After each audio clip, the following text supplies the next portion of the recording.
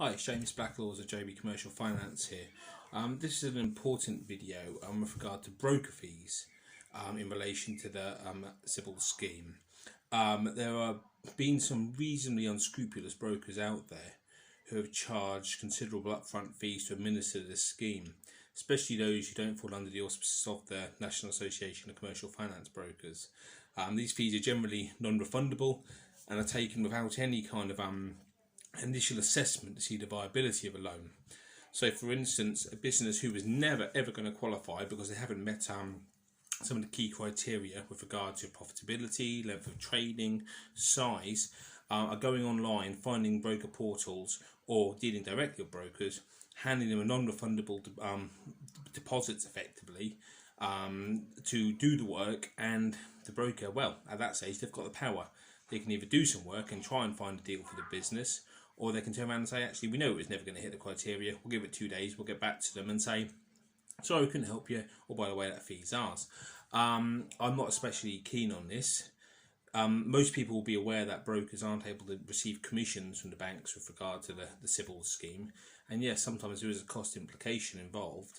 Why should a broker give their time to be absolutely fair to help someone get money for their business when we've all got businesses to run as well, and many of us have suffered? So what my network have decided to do, and what many other brokers have also decided to do, as I mentioned in previous videos, is yes, there is a fee to pay, but it's only payable on successful completion of the application, as in the loan has actually drawn down and the client has received their money. And that fee is, to be perfectly honest, that fee barely covers the cost of the broker. It's nowhere near the broking fee.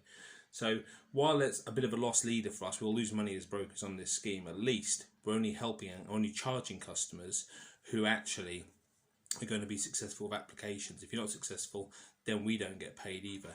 So I would say to anybody who is thinking of using a broker to apply for the CBILS scheme, to the banks, to people like the funding circle, etc., and hopefully other alternative lenders, there'll be no cost to the customer. But to their banks, if you want a broker to overview your application, that's absolutely fine. But please make sure that you check the viability of your application for no obligation first. Don't just send it to someone for a cheque for 500, 400 quid and wait and hear back from them because you may or may not be successful. What incentive does the broker have to get the deal approved if they've got your money already? Ask yourself that question. If the broker is only successful on successful completion of the deal, at least they're going to work on your behalf at that stage. That's what I would say.